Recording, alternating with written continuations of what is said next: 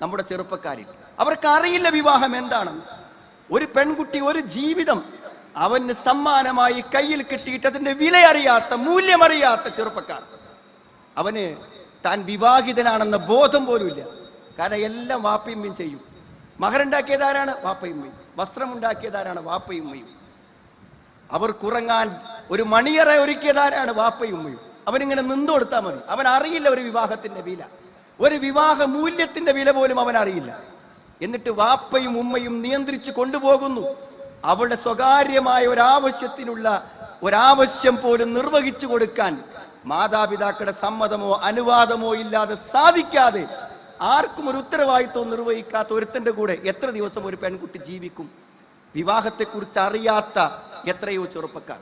സുഹൃത്തുക്കളെ, ഇത്തരത്തിലുള്ള പ്രശ്നങ്ങളെ തിരിച്ചറിഞ്ഞൊരു പരിഹാരം ഉണ്ടാക്കിയാൽ ചെറുപ്രായത്തിൽ നമ്മുടെ പെൺമക്കൾ വിധവകളാവില്ല, അവർ വീട്ടിലിരിക്കേണ്ടി വരില്ല. ഈ പ്രശ്നങ്ങളെ ആര് പരിഹരിക്കും? നമ്മുടെ ചെറുപ്പക്കാർക്ക് ആര് പറഞ്ഞു കൊടുക്കും? ഇത് വിവാഹ ഖുതുബകൾ നിർവഹിക്കുമ്പോൾ പലപ്പോഴും ആളുകൾ പറയും 10 മിനിറ്റ്, 8 മിനിറ്റ്, 7 മിനിറ്റ്. വേണ്ട സുഹൃത്തുക്കൾ, 5 മിനിറ്റ് തന്നാൽ മതി. ആ 5 മിനിറ്റിന് എന്താണ് നമുക്ക് പ്രസംഗിക്കാനുള്ളത്? ഇവിടെ എന്നും പ്രസംഗമല്ലേ, പ്രഭാഷണമല്ലേ?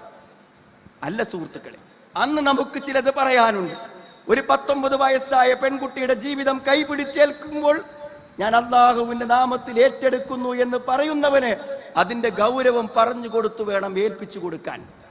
അത്തരം ചില ബോധവൽക്കരണങ്ങളും അറിവുകളും അവർക്ക് നൽകുന്നതിലൂടെ മാത്രമേ ആ വിവാഹ രംഗത്തുള്ള മാറ്റങ്ങളെ നമുക്ക് യഥാർത്ഥത്തിൽ സൃഷ്ടിച്ചെടുക്കാൻ പറ്റുകയുള്ളൂ എന്നുള്ളത്. അപ്പൊ ഇത്തരം ചില കാര്യങ്ങളെക്കുറിച്ച് ഗൗരവത്തോടുകൂടെ നമ്മൾ സംസാരിക്കുമ്പോൾ തന്നെയാണ് യഥാർത്ഥത്തിൽ വിവാഹ രംഗത്ത് അല്ലെങ്കിൽ കുടുംബജീവിത രംഗത്ത് ഈ പരിഹാരങ്ങൾ നമുക്ക് കണ്ടെത്താൻ കഴിയാം.